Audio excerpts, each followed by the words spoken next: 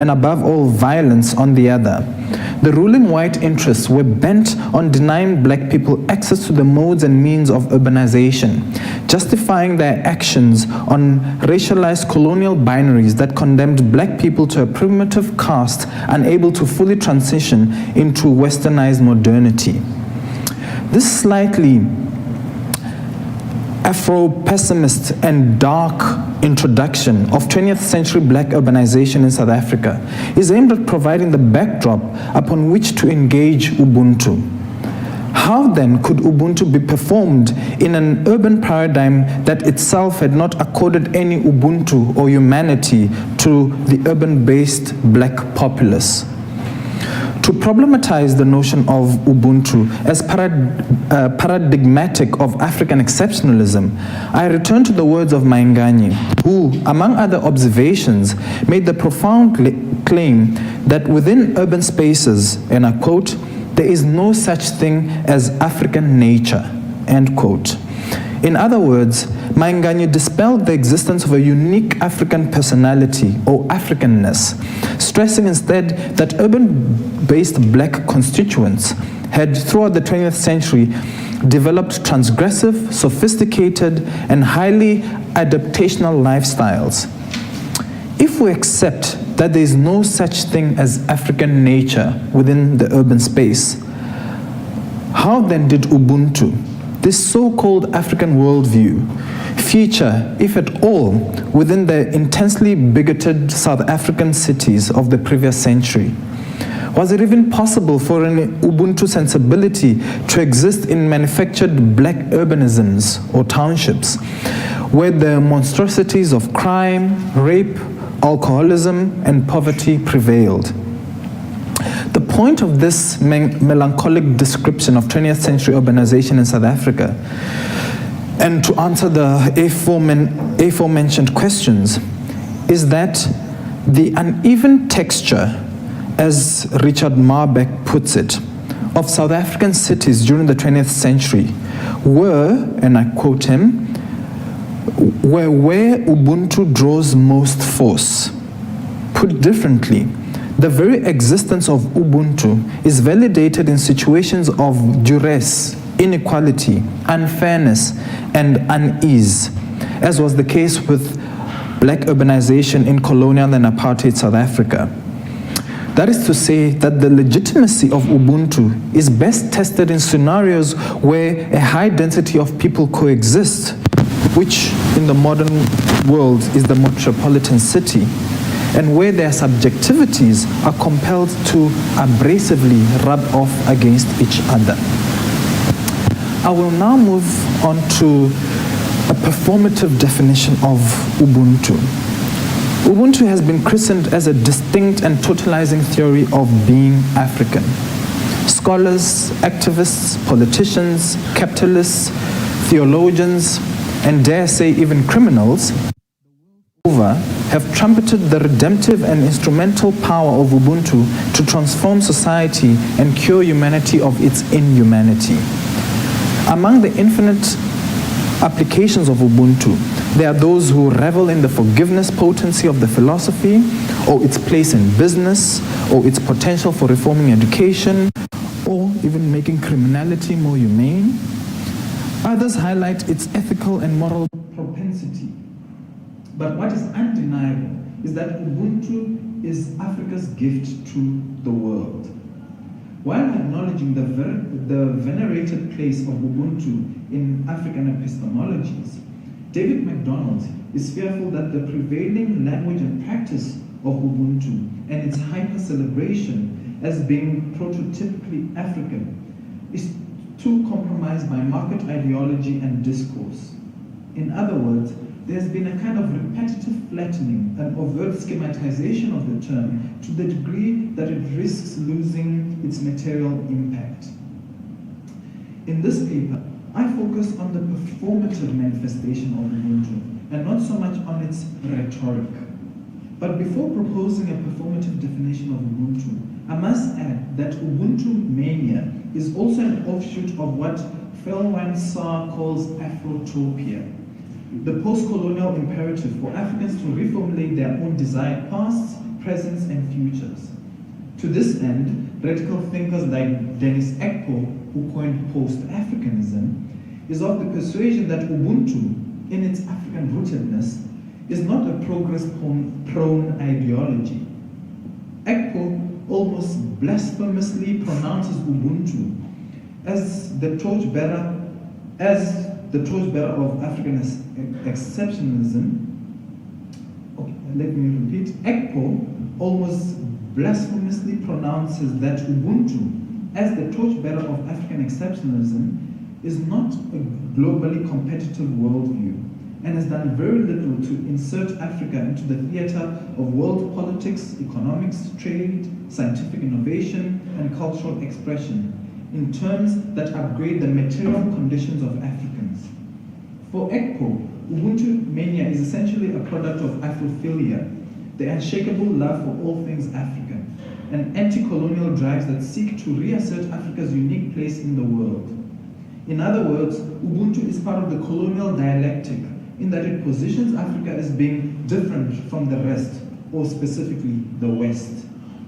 Emmanuel Eze reasons in a similar trajectory and feels that the expectations placed on Ubuntu are contradictorily and simultaneously too much and not enough, in the sense that Ubuntu has been unable to realize the ideal Africa. Paralleling Ubuntu with negritude, Eze posits that Ubuntu, and I quote, succeeds as a kind of aestheticized, quasi-religious political thought for a particular place and time, end quote. In other words, echoing Ekpo, Ubuntu should be seen as an expedient thought system that was useful in servicing and upholding the Afrocentric and decolonization projects of the mid-20th century. While I resonate with some of these criticisms of the utopianization of Ubuntu, this paper is my own attempt to redeem Ubuntu from the realm of rhetorical abstraction by ascribing it to a place, space, and object. I'm interested not so much in the meaning of Ubuntu, but more so in the performative manifestation of Ubuntu, or rather the practice of Ubuntu, and how this practice has been aestheticized by Black artists in South Africa throughout the previous century. To achieve this performative definition, I turn to the work of Gabriel Setiloane and his seminal African Theology and Introduction text, which theorizes Ubuntu as a theological system of being African. Although Setiloane does not use the term Ubuntu throughout his text, his ideas are a silent and instructive crystallization of Ubuntu and its potential aesthetics. In a chapter titled Umuntu, on being a person, Setiloane defines African personhood in terms that point towards a functional understanding of Ubuntu. He traces the roots of Umuntu, to, and I quote, the divine, the sacred, weird, holy, all qualities of divinity. But beyond being spirit or siriti and transcendental, Mutu or Umuntu comes into existence through relationship. As he explains, and I quote, the essence of being is participation, in which humans are always interlocked with one another. The human being is not only vital force, but more vital force in participation, end quote. Ubuntu, therefore, is the performative expression or active verb of being Muntu, a human being. To be human and to coexist with other humans, objects, and nature is itself Ubuntu. In reductive terms, to be alive is to be automatically bound to the forces and logic of Ubuntu. This conception of Ubuntu is significant because it has vested interest in how Mutu was visualized in cultural artifacts, that's Setiloane specifically. He critiques how Siriti, or the divine aura of Mutu, has been depicted and considers it for that, and I quote, when artists attempted to capture this phenomenon, they have restricted it to a silly, shining little ring around the head of the object, end quote. Here, Tshwane was of course referencing traditional Christian paintings from the European art canon. For Tshwane, these artworks, which represented the divine and saintly amongst humanity through halos and rays of light, were weak representations of the vital force that drives human interaction. While there is definite artistic merit in the trope of Christianized artworks, I tend to agree with his assessment. A vast majority of Western religious images are void of the participation or performative dimension of Ubuntu or humanity. In Tshwane's final analysis, the power, and I quote, radiance of Siriti, or the spirit, exudes itself through the whole. Also adding that Siriti is relational and enters communication with Diriti, plural, of other humans and objects. I will now move to the part of musealization. Before moving to a discussion of select examples that point to Ubuntu aesthetics, it is necessary to caution against the potential ossification of Ubuntu by linking it to cultural objects like art. While this paper, and indeed the Ubuntu Dialogues project, engages with the relevance of museums as guardians of the cultural health of modern civilization, we need to guard against the musealization of Ubuntu. The notion of musealization was popularized by Andreas Huyssen, who wrote about the rush to memorialize the everyday post the 1989 fall of the Berlin Wall in Germany. For Huyssen, this wave of museum mania signaled a resistance against the planned obsolescence of consumer society that had been unleashed across European society towards the end of the 20th century.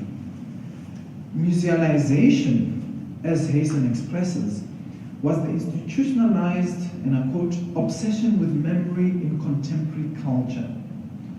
To, end quote, to musealize is to arrest the performative and functional power of objects by confining them to a preserved spaces within the museum glass cabinet. As Michel Baizai reveals, musealization, and I quote, is an act invested in the positive undertones, as it saves the items from utilitarian exploitation, end quote. This desire to save objects from utilitarian exploitation is in effect an act of canonization, because what is preserved in the museum is centered as prestigious, exceptional, and transcendental. While I support the musealization of African heritage and cultural praxis, it should not come at the expense of reducing the utilitarian potency of the very objects that are being canonized. The danger implicit in Ubuntu mania is the confinement of Ubuntu not only to the realm of ideological rhetoric, but with cultural projects such as the artworks discussed here. Ubuntu risks being condemned to the museum prison, stored away in the halls of history. We need to be wary of limiting Ubuntu and its aesthetics to museum fossilization. The main proposition I am making here is that works of art produced by black artists during the previous centuries were not only meant for museum and gallery walls, but were meant to engage and to aestheticize the humanity or Ubuntu of black subjectivity. And more importantly, reframing 20th century black art as aestheticizations of Ubuntu among black societies is an overdue reordering of the standard Western configuration of humanity. I will pass this section of why aesthetics, and we'll leave that over to the question and answer section, because I think it is an important question as to why an aesthetics of Ubuntu.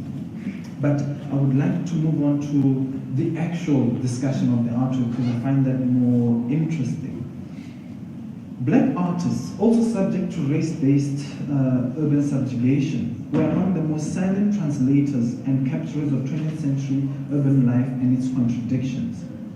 What then was the nature and stylistic rendering thereof of an urban-based Ubuntu when we factor in that black people had to, and here I appropriate the words of the late pro wrestler Eddie Guerrero, lie, cheat, and steal in order to navigate the urban maze. I have already contended that the problematic urban context during 20th century South Africa was prime for the performance of Ubuntu. My position in this last section of the paper is that black artists who pictured this expression of Ubuntu or humanity were themselves creating an art of Ubuntu. I commence by looking at examples of mother and child images. This is one of the most dominant tropes in 20th century black art. The mother embracing the infant is of course a recurring theme throughout the history of art, especially the classical European painting tradition, where reproductions of the Madonna and infant are ubiquitous. Within the context of 20th century South Africa, however, the representation of the mother and child was undergirded by exceptional circumstances not necessarily linked to religion or mythology. The urban black family unit in the 20th century was characterized by a perpetual state of instability. In Vinoni, for example, one of the cities one of the towns within the Gauteng region, during 1949, 73% of babies born in 1949 were out of wedlock. Amidst other factors, single-parent families and premarital pregnancy was also an offshoot of the high levels of rape brought about by Tsotsiden within black urbanisms. Women who lived alone without the presence of a male figure within the urban setting were highly vulnerable to sexual crimes. Thus, the obsession of black art, the obsession black artists had with representing the mother and child has to be seen within the social realities.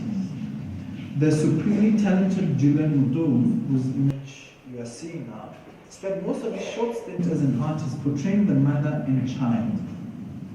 In A Mother's Comfort, Mutovu uses his signature dark and bold lines to exude the compassion and care black mothers provided for their children. Even in the most difficult circumstances, commenting on the mystical connection between mother and child, Pumla Hoboda Madigizela evokes the term of inimba, and I quote, to describe the bodily sign of empathy, which can be interpreted to mean the feeling of motherhood, end quote. In a similar vein, the thick lines that move along the contours of the mother and baby in Mutovu's drawings are an artistic rendering of inimba, which visually conjoins the mother to her offspring and vice versa.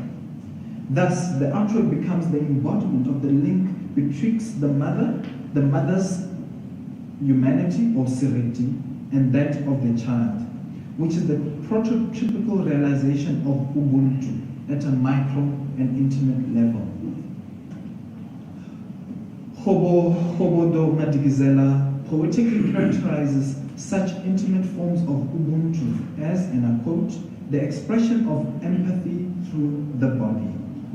Without doubt, the most intrinsic manifestations of Ubuntu among black communities in South Africa involved female agency and care.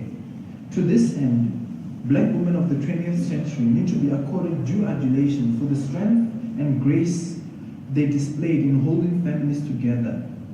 For the most part, even in the face of government restrictions and rampant urban-based violence perpetrated against them, black women relocated to the urban areas on their own volition throughout the century.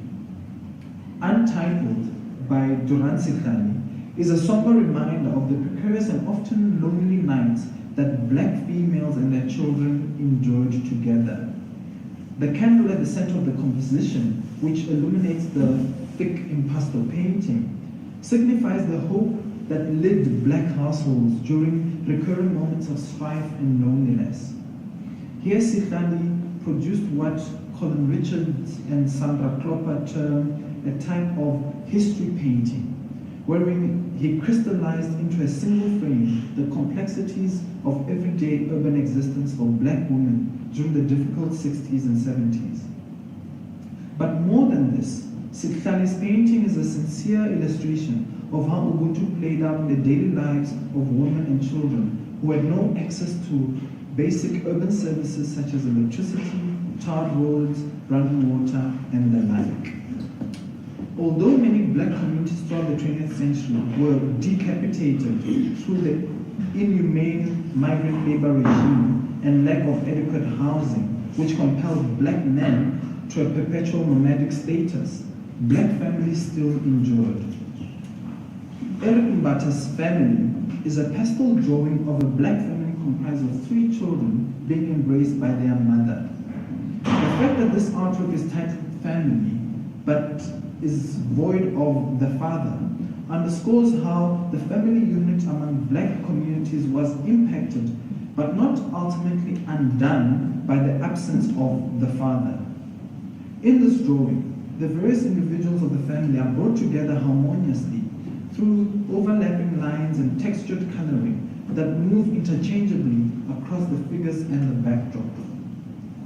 Jacob Dlamini, who wrote a fascinating text titled Native Nostalgia, claims that although black suffering was a large part of the colonial and apartheid experience, black people, and more to the point, black families, still lived what can be categorized as beautiful, normal lives, as illustrated in this artwork. Besides illustrating the intimate expressions of Ubuntu, artists also engage with the collective humanity of black life, as seen in Peter Clarke's Sunset at Windermere, Africa Mayibume. This gouache painting is an important recording of spaces that were dismantled on the basis of the segregated spatial policies of the apartheid government.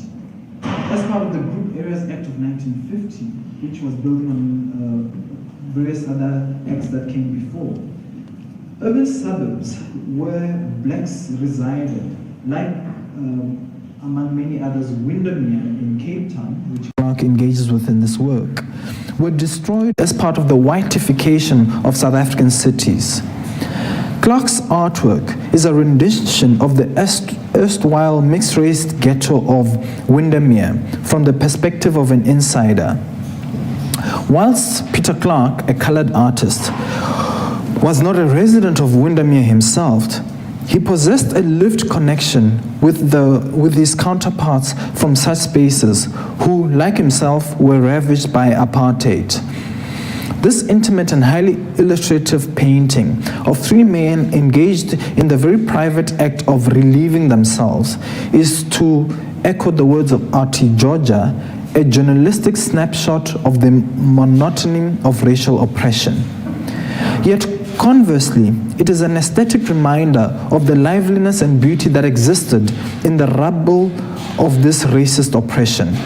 It was by no mistake that Clarke decided to paint the sunset of Windermere as opposed to its gloom, which certainly also existed. Clarke redeems the humanity of these men who were forced to use pit toilets that did not accord them any privacy or dignity. Clarke's artwork is an artistic restoration of their pride and their seriti, their humanity, hence becoming an aesthetic of Ubuntu. Clarke's creative career was itself dedicated to representations of the livelihoods of colored folk. As Christina Sharp reminds us, the dominant narrative of coloreds in South Africa produced by white intellectuals rendered them as, and I quote, figures of monstrosity, their presence an indicator of national disease, end quote. Clark's body of work, and this painting specifically, sought to undo these dehumanizing and racist views. An aesthetic of Ubuntu was also palpable in cityscape interpretations of black urbanisms. An example that captures the imagination is David Mokgano's Old Pfunzo Township. This watercolor image is emblematic of counter-artistic narratives that were determined to visualize urban spaces where black people resided as idyllic, livable, and above all, humane zones. Although produced in 1993, Mokgano's painting is an imaginative re-illustration of Pfunzo during its golden era of the 1930s and 40s. During the 1950s, there were repeated attempts to relocate the black residents of Pfunzo to the newly formed Orlando Township, as Pfunzo fell on land reserved for occupation by white people. Sadly, like many other townships, black townships, Pfunzo was poorly administered by the white authorities. The area was deprived of basic services, which was a calculated attempt to reverse black urbanization by making urban life as difficult as possible for black residents. Mokgano's painting is a polished vision of a typical day in Pfunzo, which challenges the dominant pictures of black urbanism during the 1950s, as seen in photographs by, for example, Martin West, where the maldevelopment, non-service delivery, and squalor of the township was highlighted. Mokgano's painting aestheticizes these troubling realities by giving Pfunzo the aura of normality and humanity. A performative Ubuntu is also palpable throughout Mokgano's composition, with several renditions of lovers in warm embraces, children playing together, and neighbors in conversation, and neighbors conversing with each other. Besides the formal and aesthetic qualities of the work, it also serves as a reimagined historical record of early black urbanisms from the viewpoint of a black artist. Old Pfunzo was as important as the erstwhile and iconic Sophiatown, because it was a space where many black people first experienced the urban environment during the 1900s. That is the urban environment in Johannesburg. In many ways, the juxtaposition between Mokgano's Ubuntu aesthetic of Pfunzo and West's accurate photo documentation of the space underlines the importance of revisiting 20th century black urbanisms through the lenses of Ubuntu and the aesthetics thereof, and also through the art produced by black artists specifically. Failing to do so privileges the monotone picture of black urbanization and black subjectivity as being non-human. The last artwork I turn to is potentially the most unexpected signifier of Ubuntu. At the core of my interpretation of this image is the pervasiveness of crime in 20th century black urbanisms. One of the first internal questions I struggled to reconcile when thinking through the existence of Ubuntu in 20th century black urbanisms was how Ubuntu could survive within a context where black-on-black crime was so rampant and unchecked. Although I have made a case for how such troubled contexts are an ideal playground for a performative manifestation of Ubuntu, the question remains how to justify the notion of humanity or Ubuntu when there were forces that actively dehumanized other individuals through crime, violence, and exploitation. Please note that the inhumanity of slavery, colonization, and apartheid system does not concern me so much as the inhumanity perpetrated by blacks on other black bodies. It is well documented that white authorities throughout the 20th century had no interest in safeguarding or protecting innocent black urban dwellers from criminal elements. The main site of black-on-black violence was without exception the black female body. In the words of Pumla, and I quote, "Nothing about apartheid made black women feel valued or taken seriously," end quote. Clive Glazer corroborates by noting how criminal gangs in black urbanisms performed a dangerous and particularly aggressive form of masculinity, and how this resulted in the rape and exploitation of black women in unfathomable proportions. My sense is that the violence enacted by black youths to their own kin were ill-directed outbursts against a white government that had deprived them of decent education, fair-paying jobs, and most significantly, their sense of place and being. Also, these acts of violence against law-abiding members of the black community was seen as just retribution and a wake-up call to those who had conformed to the system and tacitly contributed to an inherently violent and racist regime. Thus, criminal gangs in black locations were two-faced protagonists and antagonists. On the one end, there were purveyors of anti-apartheid law and black agency, whilst on the other, there were the chief terrorizers, only surpassed by the state of the same black constituents they embodied. How then does this criminality unsettle the persistence of Ubuntu among black Africans, especially on the backdrop of Ubuntu being branded as a uniquely African contribution to the world? For me, the answer comes not from thinking about Ubuntu as being prototypically African. The existence of black-on-black crime within formative black urban communities confirms that Ubuntu is not a preset condition for being African. It shows that Ubuntu, or humanity, is an act, a deed that one accords to another through goodwill. Unfortunately, this act of Ubuntu can also be subverted and bastardized, wherein one individual takes away the humanity of another through, for example, criminality.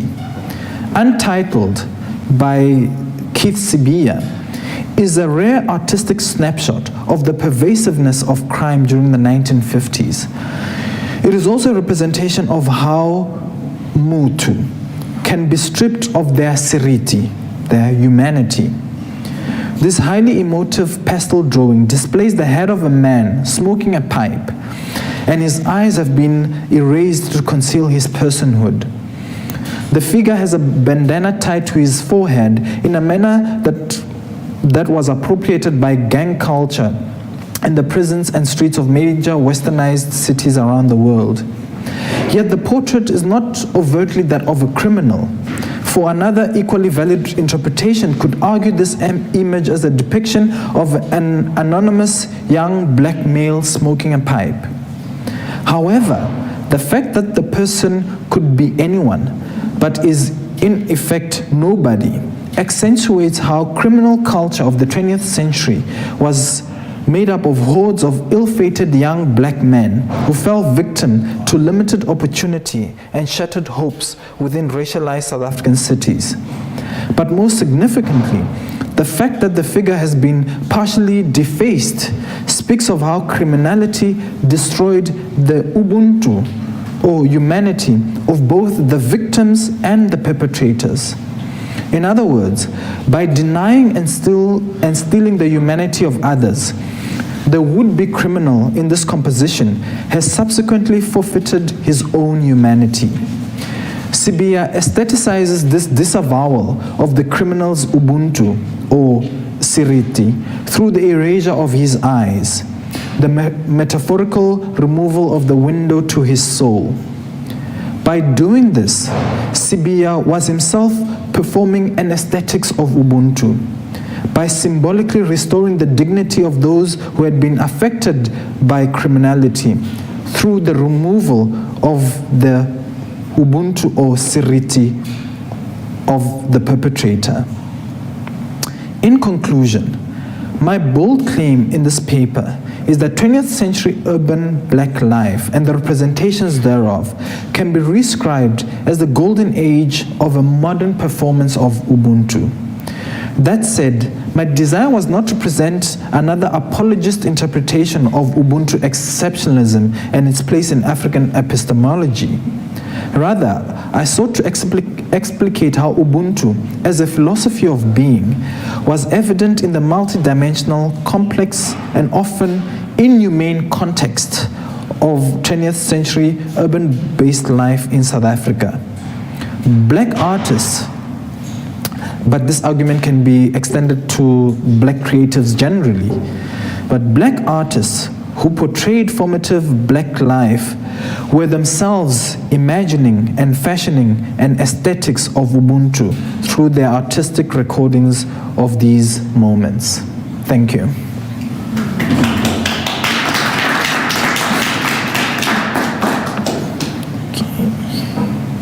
Okay.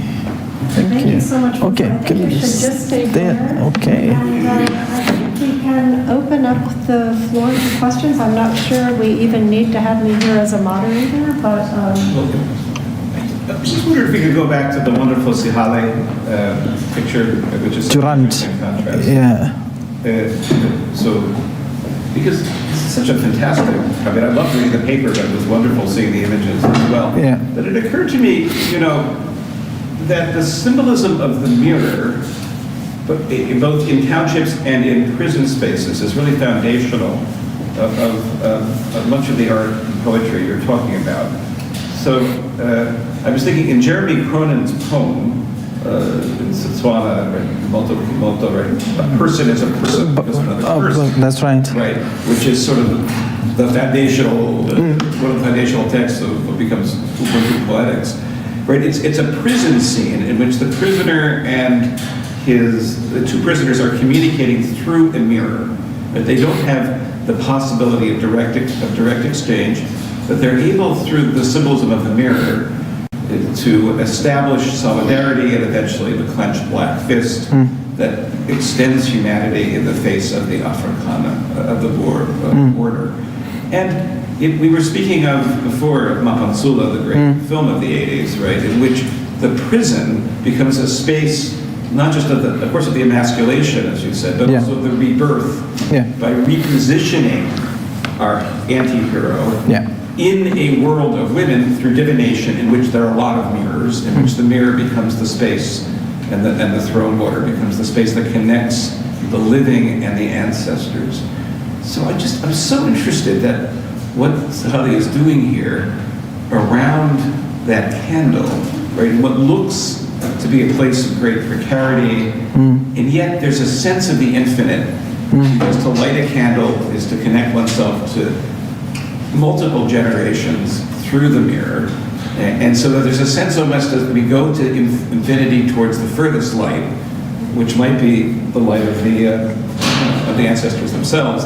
So even here, through the miracle of the artist, lineage is not lost, and there's some connection with exchanges that the system can never quite destroy. So if we go forward then to that wonderful pinful piece, a few ones forward, right, maybe two forward, by, one more. Yeah. I mean, it's just interesting, isn't it, that the central image of the porch itself, of which some woman has carefully polished again and again, is also reflective. Yeah, it is reflective. That sense of openness and expansion, and that aesthetics of everyday life that links us to another world, even here.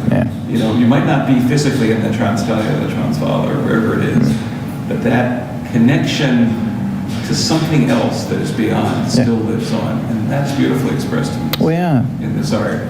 Yeah, thank you so much for that reading. I couldn't agree with you more. I think especially in this work, when we think of what Sitoloane mentions about Siriti as being the divine, right, the spiritual, and that is contingent of the human, that we cannot think of the human outside of the divine. Certainly one can bring that reading. The next one, because even there too, I mean, yes, there's no, as you say, no senior male figure, but one wonders, for so many South African artists, there's a tendency to evoke ancestral presences of the shades not by specific representation, but by some concentration of energy? And is there a sense that what's protecting the female-dominated family is some presence that's still there? I'm so interested in that play of color around her head on both sides. Yeah. And going back to your point about the prisons, I actually have a little bit more imagery, which I don't engage with in the paper. Where again, if you think of the prison population in the 20th century, that most of the anti-heroes that you find in the prisons were in fact not overt criminals, right? I mean, the prisons were, and sometimes it used to be a political strategy as well, but were populated by people, just basic pass offenses, right? Just because you did not have your quote-unquote visa in the urban space, then you would be taken to prison. And so how does that kind of engage with our thinking of criminality and what it meant to be a criminal in the 20th century urban space specifically. Right, so for that reason, liberation art so often depicts the prison as the metaphor for the entire nation. Yeah. Thank you very much for a very fascinating exposition of the concept of Ubuntu. I think you did a great job by taking the concept of performance to explicate this, and also perhaps to separate it from the criticism that a mere valorization of Ubuntu might end up essentializing it or emphasizing the exceptional argument.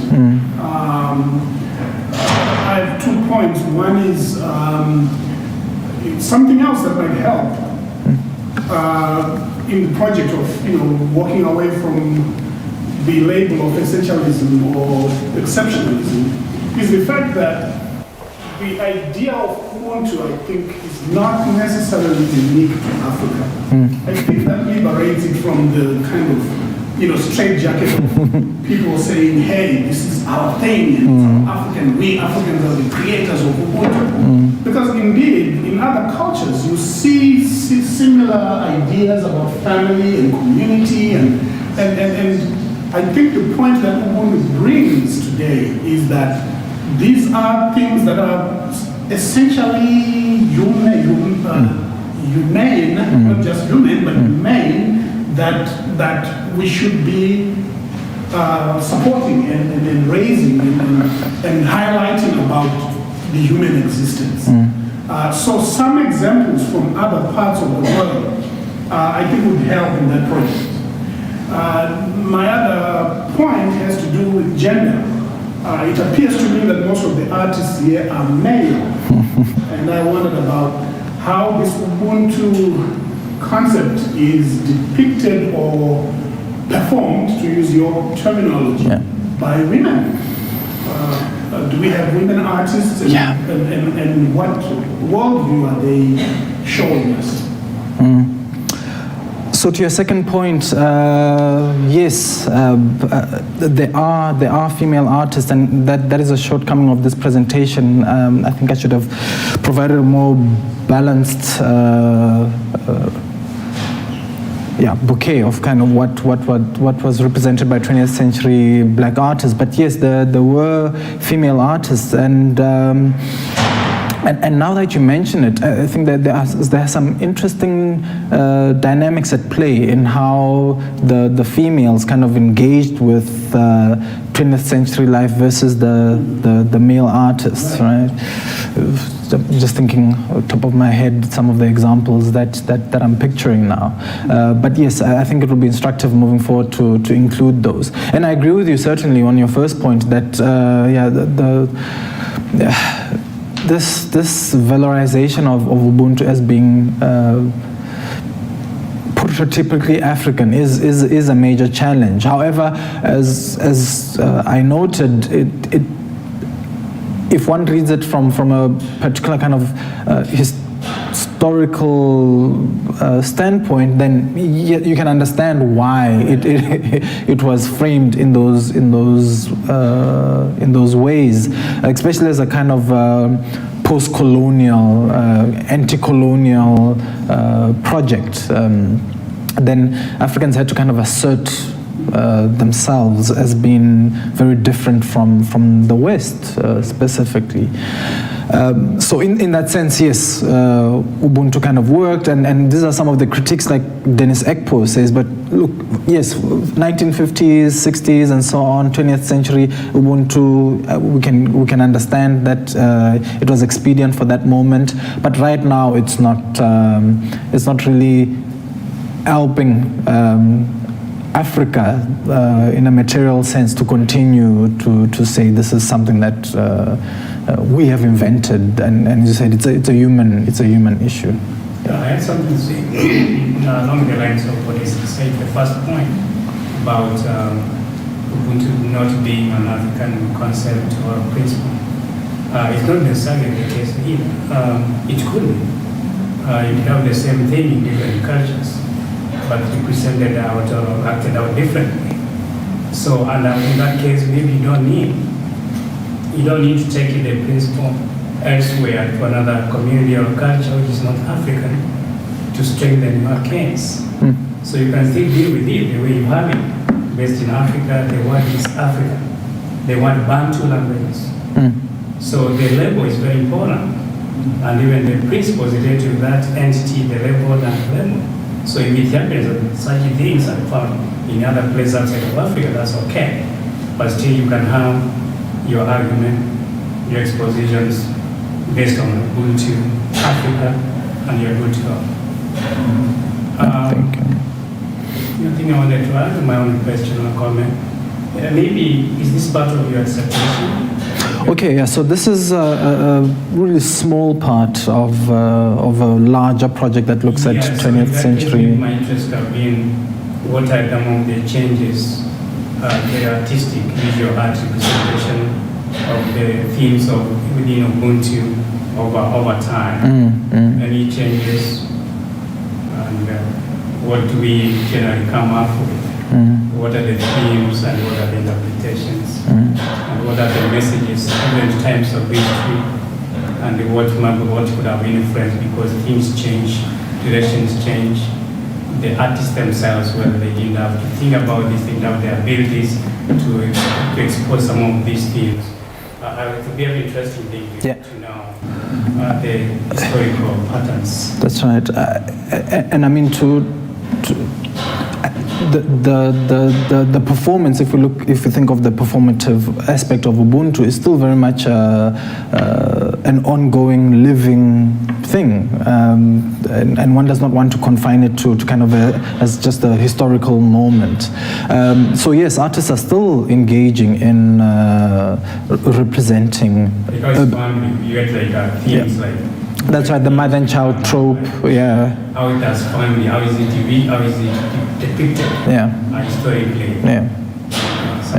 So whereas this project is confined to kind of the 20th century, certainly, I think there is a whole amazing repository of contemporary engagements with, I mean, I would extend it beyond kind of urban black life, but urban black life generally in South Africa, and within that one can extrapolate this sense of kind of an Ubuntu aesthetic that is taking place. I mean, one of the most amazing feedback that I received was from Pumla when I gave this kind of initial talk, where she said that in many ways what one needs to engage with is how the artists in creating the work are in effect kind of embodying, like there's an embodiment of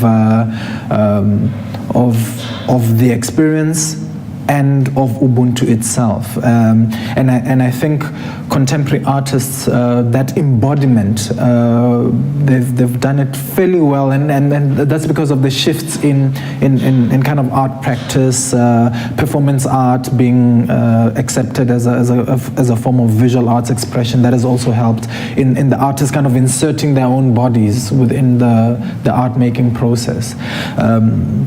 And I think that then brings about another kind of heightened sense of humanity, kind of an aesthetic humanity that is taking place within the art making process. So yes, I think one can certainly, for a future project, kind of trace that trajectory.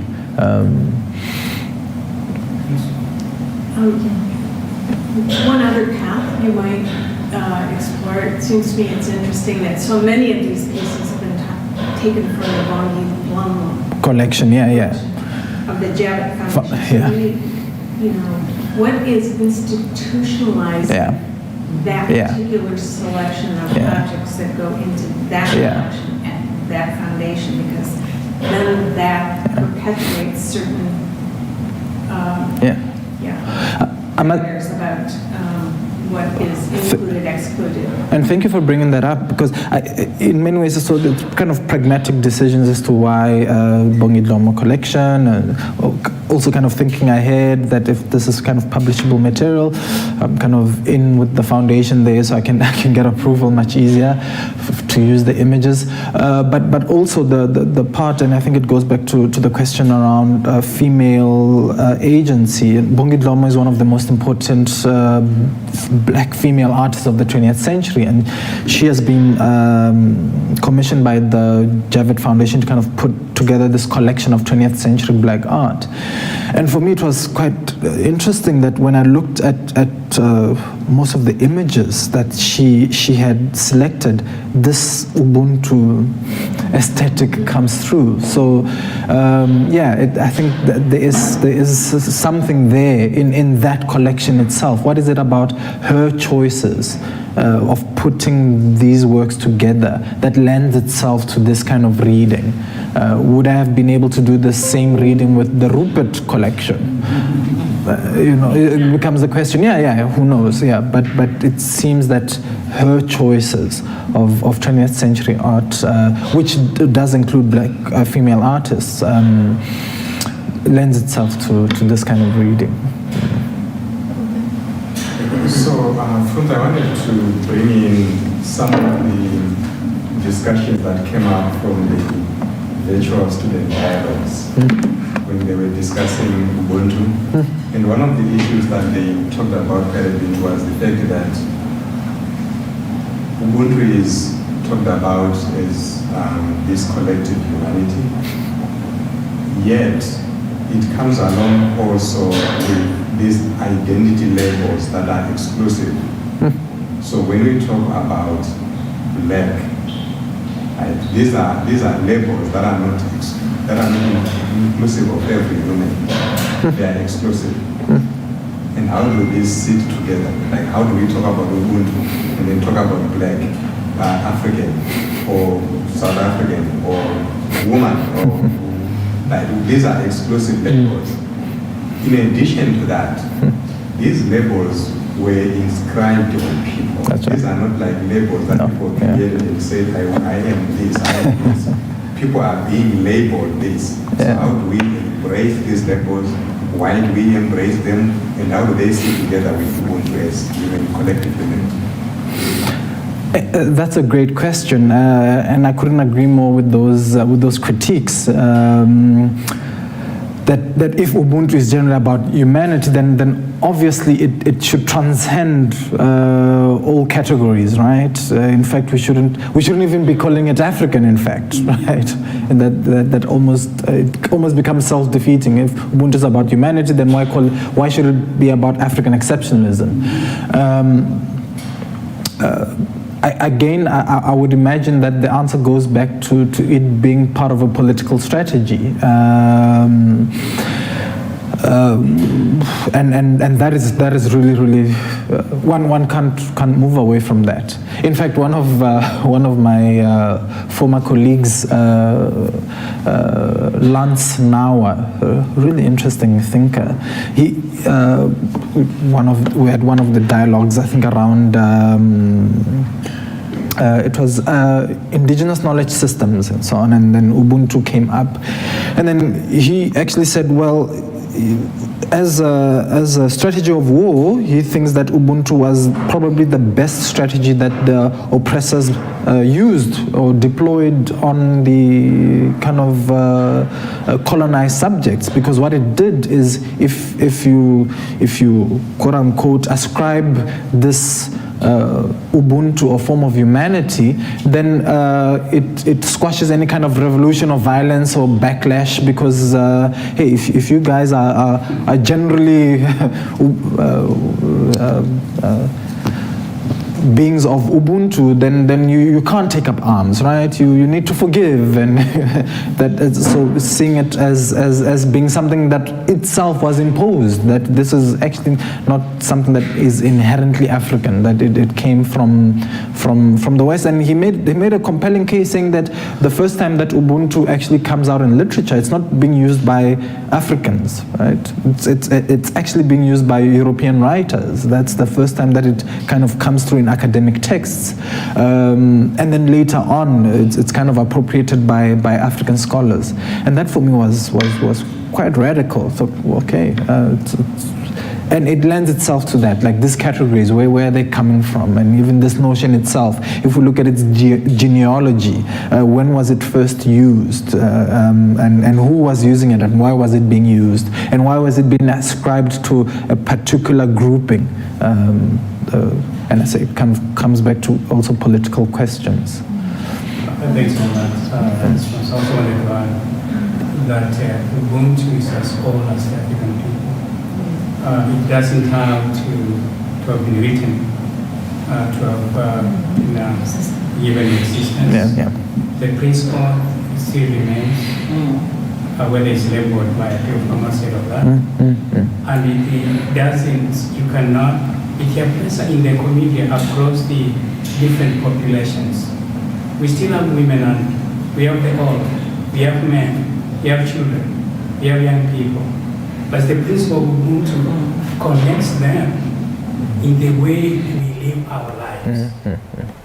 So when societies change, especially US, North Africa, suffered a lot through colonialism, through other external forces, and some from within. Still Ubuntu is what remains. And even they are embracing people from elsewhere, it was under through the principle of Ubuntu. It was abused. It doesn't mean that when Ubuntu does exist, we don't even have other things going on.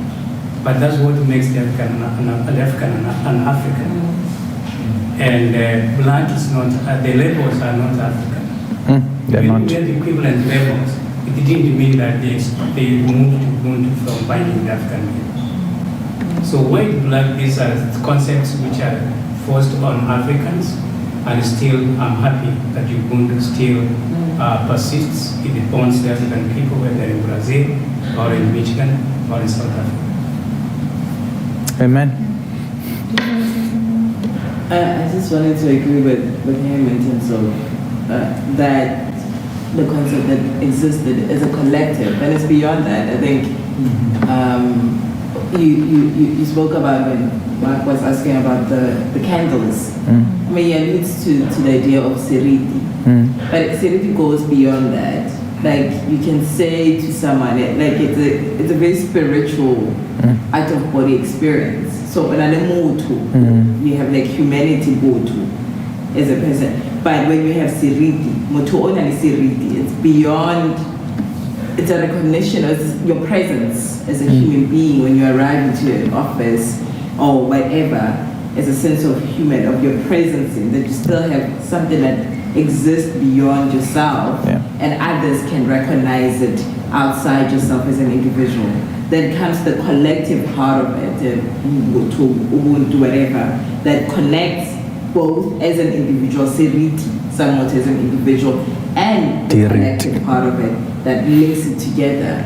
And I think those principles always goes, I mean, the art and so on, like links those two things together. And I think sometimes when these whole debates about the philosophies of Ubuntu, whether they exist or not, I think we forget it, like the essence of what it is, the presence of the everyday, the material sense, but also something beyond that connects you to the world. and the universe in itself that actually, I think, the oppressed or the people from the South in general have outside. I think when you come to America, it reminds you how much those very presence of it doesn't actually exist in many levels here, especially in Europe, where I think when you go to India or the South or Latin America, there's a collectiveness that binds that together. And I think we shouldn't forget that as people of the southern part of the quote unquote, of course, that actually links that keeps the heritage, I think, going, that is outside Europe, that you would never understand it in the very sense of like even relating to someone. And it goes into these levels, but there's something else, which is beyond just moto, which reminds you, grounds you, but also transcends you as a person.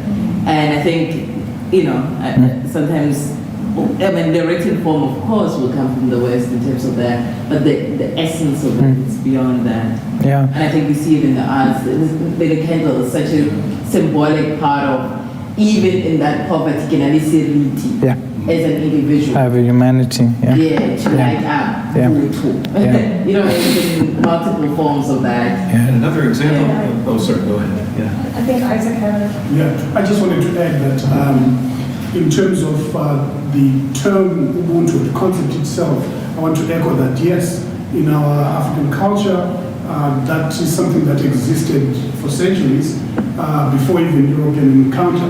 In fact, the way in which Africans encountered Europeans in the first place was in Ubuntu. Yeah.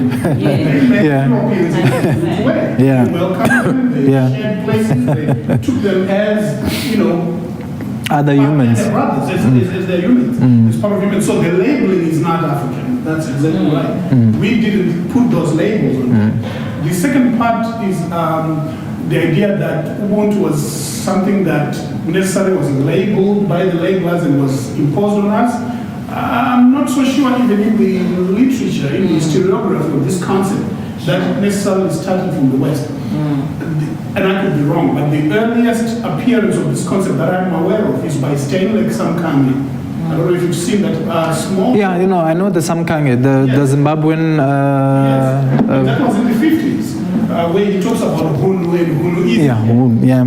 That's the first time I ever heard of it. Yeah. And then. I think it comes later in the 80s. Some Kanges were published in the 80s, if I'm not mistaken. But yeah, certainly. Original manuscript, I think. Was it in 50s? Okay. But yeah, that's right. Yeah. So this concept existed, way before, and even in the literature, I think it was much earlier. Yeah. Just quickly, if you could go back to the Dumile. Yeah, I mean, it's such an amazing, it does speak to all these complex images of South-South solidarity, but also to some of the gender questions we've been discussing. Right? So there's a signaling, of course, to both West African and Central African masquerade. Yeah, he does do it, yeah. But also, I mean, although the primary face might be read as male, there is a sense perhaps in the lower half of not just an individual, but almost a collective sense of a pregnancy, of rebirth. Of prison again as a site of the rebirth of the nation, one could argue, and maybe even a signals of the shape of Mother Africa herself, almost hovering around in that spectral way. I'm not sure, but there's some sense of possibility of a world that is yet to be born. And so that just seems to resonate with so much of the exploration of carceral space, of the prison as a space, not simply of isolation, but of the discovery of interconnectivity and of rebirth. Yeah. So everything that has been said, especially Musa, I could not agree with you more. That's why I was drawn so much to the text by Setoloane, where he engages with Sirete, because I think outside of understanding it through a kind of spiritual lens, it will be really difficult to engage with Ubuntu, and how it functions on a very basic level. And yes, you are right that the kind of engagement between Africans and the West or the rest was predicated on Ubuntu.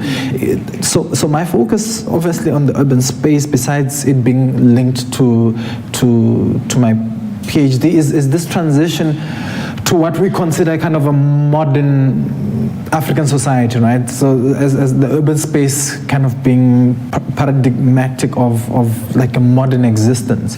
But even then, that kind of confrontation with the urban space, there was a lot of Ubuntu goodwill amongst black people that even if you think of the sacrifices that happened within the mines of, for example, the Royal Bafokeng, King Mokgatle, this is late 19th century, right? And late 19th century, asks his people, the men of the Bafokeng, to go work in the mines in Kimberley, which were highly exploitative. Many of them lost their lives. But says, go work because this is a necessary transition that we need to kind of undergo in order to revitalize our peoples within this modern paradigm, like, as disingenuous as it was.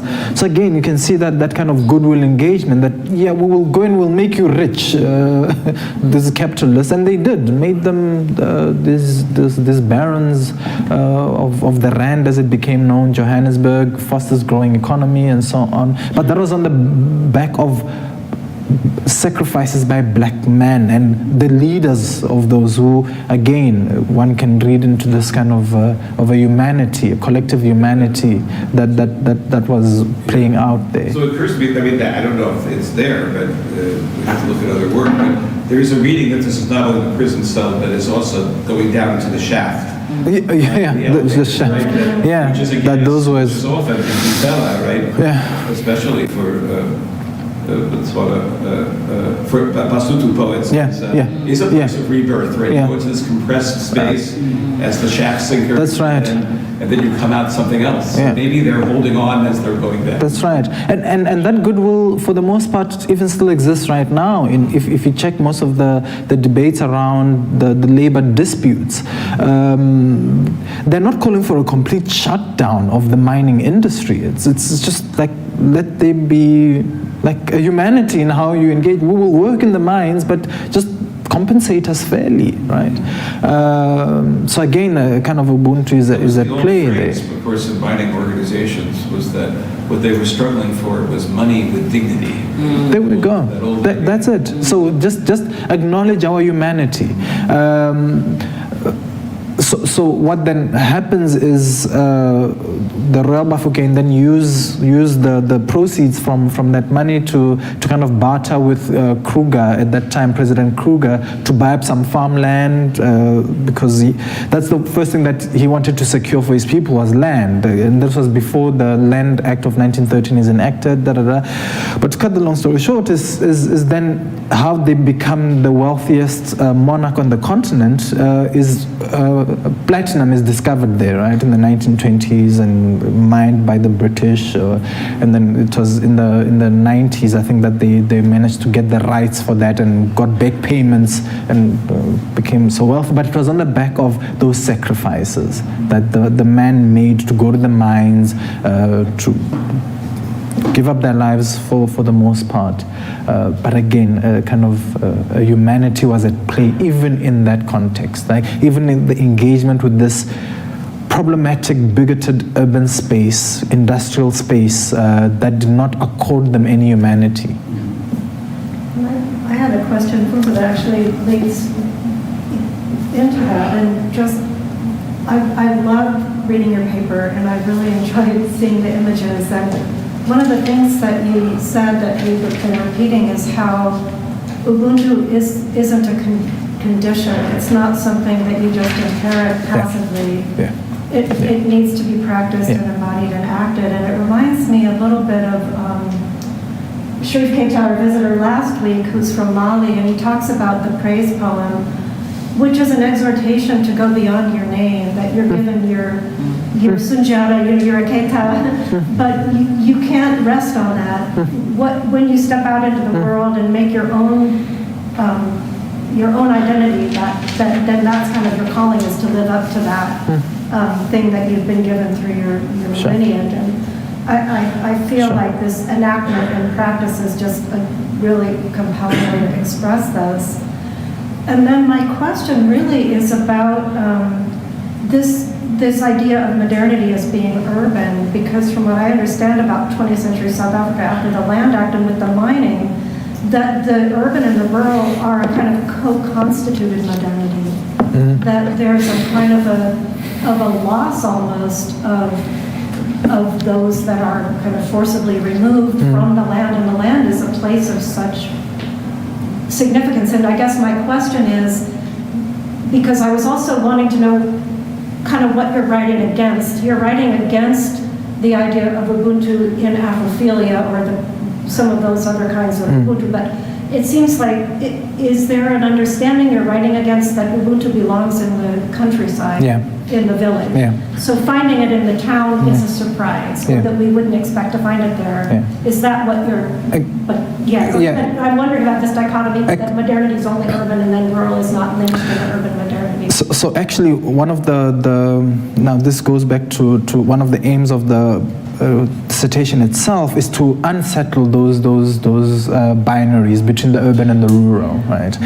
And of course, if we extend that to thinking about Ubuntu, then obviously, if this is a prototypically African expression of being, then it can only exist in a non-modern, and non-modern I mean non-Western setting, right? Because that's where Africans could be themselves, untouched, untainted by civilization, quote unquote.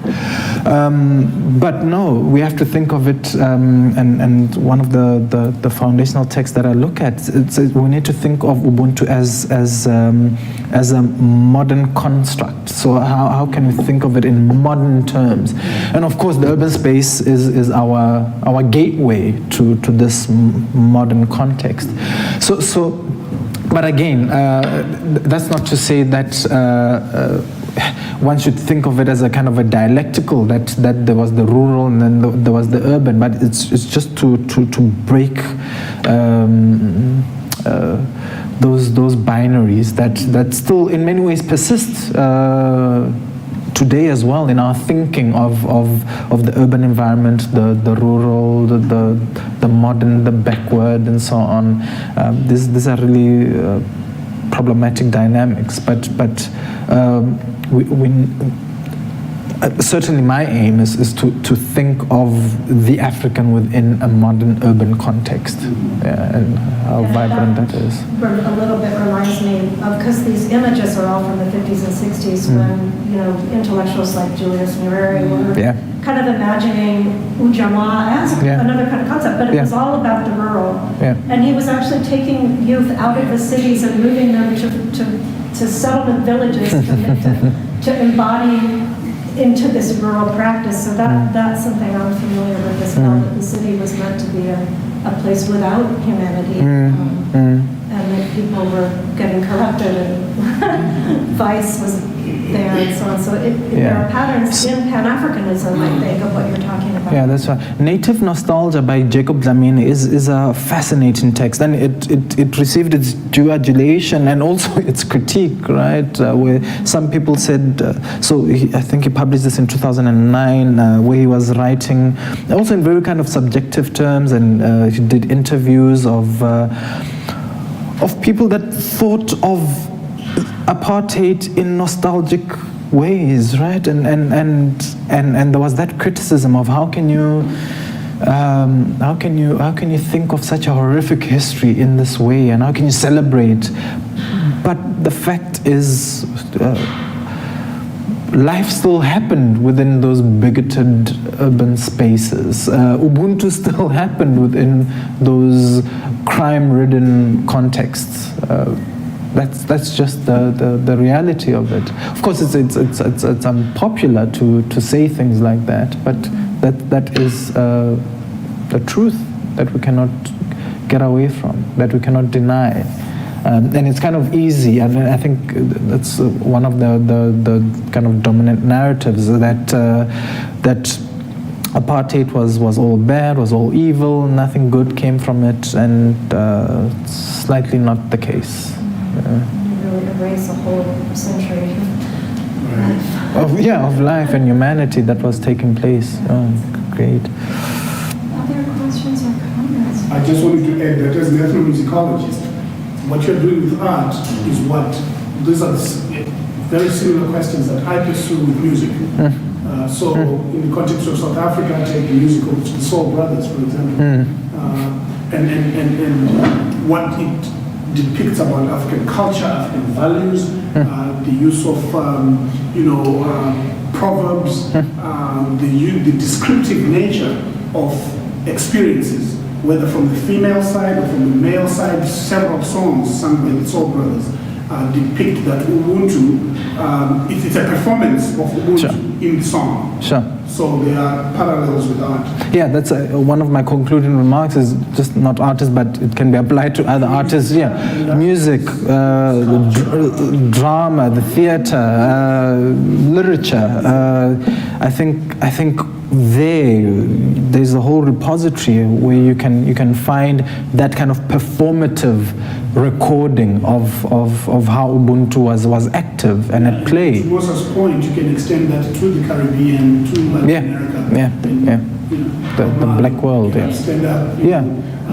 Africa unite, all the states. They come together. Well, this was remarkable. What thank a you. rich paper, what a wonderful conversation, and you're still standing after a 3-day trip. No. You're really amazing. And Thank you. No, this was awesome. Yeah, thank you for your input. And we'll be together for